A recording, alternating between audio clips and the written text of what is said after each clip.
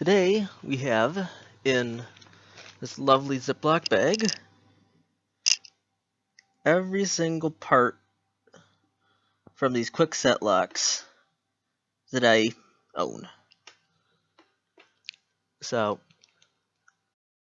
Alright, so I've already started to sort these pins a little bit, but I'll go about my process. We've got the pin, we've got the gauge. So I'm going to guess this is 5, so I'm going to put it in my fifth one over. So 1, 2, 3, 4, 5.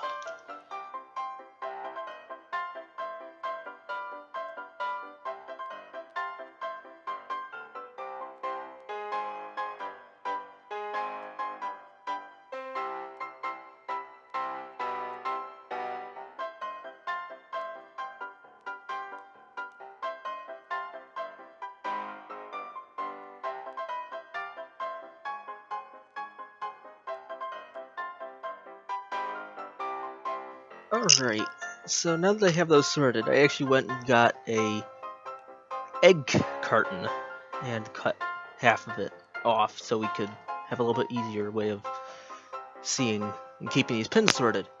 Since I made the last video, I actually had a thought about doing what's called a split core. So basically what I'd have to do is I'd take a saw and I'd cut through the core of the lock in the middle of the lock. But that won't work for this model, unless of course I had to put some sort of sidebar or something in that would require both ends to be picked for this to open, and it's just something my expertise at the moment isn't good enough for me to be able to do yet. So let's kind of see what we got here. So we've got in this bucket, we got a bunch of what I'm going to guess, just judging by going off of this, I decided to, if it measured as a 6 on this, it would go in 1. If it measured as a 5, it'd go in 2. So it would be the inverse, just to kind of see if that would, since that kind of gives us length along there. And we got plenty of these. I might experiment with using some of these longer key pins as driver pins as well.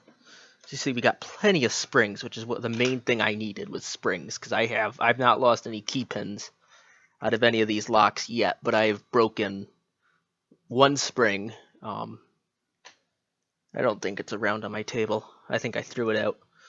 The spring got caught in the metal lid there and just stretched, and it just basically it straightened it out to a big piece of wire. But so now that we have that, let's look at my plan, and we're going to translate kind of my, okay, this is a deep cut, into some numbers. So just looking at the number of pins we have, first one let's do this as a number 4. We're going to call that a 4. The second one is supposed to also be a deep cut, but that's going to be a serrated, another serrated. I believe that's serrated spool. So I have a couple more of 3s than that, so let's do a 3 for that. And for pin 3, it says a shallow cut, just a standard pin. So we're going to use a 1. Oh, that's got to go there. 1 and deep cut serrated. Let's use another 3. And then like a medium cut, we'll use a 2. So in theory, this lock, when we go to decode it, it would decode, and this is not the key for it, it would decode as 4, 3, 1, 3, 2. Should make for some pretty interesting bidding. So it would be, if we look at it, so let's resketch our little drawing here. So let's say 4, and then a 3, and then a 1, and then a 3, and then a 2. So it'll kind of look something like that on the inside of the lock, which means our key will kind of be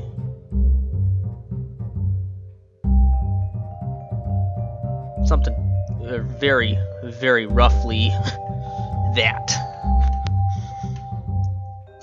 So let's see how well that matches up to this random key. Just kind of matches, but that's all I have for you today, and I'm going to make some springs next time.